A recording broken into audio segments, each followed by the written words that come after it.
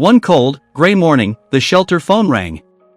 On the other end of the line was a woman whose voice sounded calm, almost indifferent.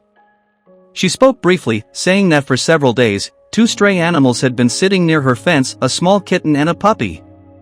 They huddled together, trying to keep each other warm against the freezing wind.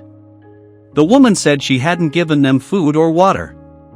She added, almost defensively, that she already had her own dog and couldn't take care of anyone else.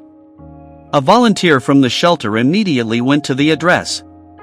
When she arrived, the woman and her husband were already waiting outside. They carried the animals out in a box, avoiding any eye contact and stepping back quickly, as if afraid of catching some disease. The volunteer gently lifted the trembling creatures into her arms. Both animals were dirty, soaked from the melting snow, and smelled of cold and fear. At the shelter, the workers were struck by the sight before them. The puppy was painfully thin, his ribs showing through his dull fur. He shivered constantly, coughing softly, while the kitten, a small calico with big, frightened eyes, pressed tightly against him, wrapping her paws around his body as if trying to protect him from the world. The animals were taken to a veterinary clinic.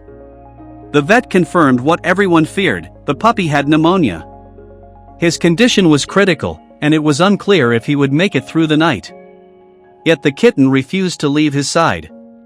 She curled up next to him in the blanket, sharing her warmth, purring quietly as if whispering to him not to give up.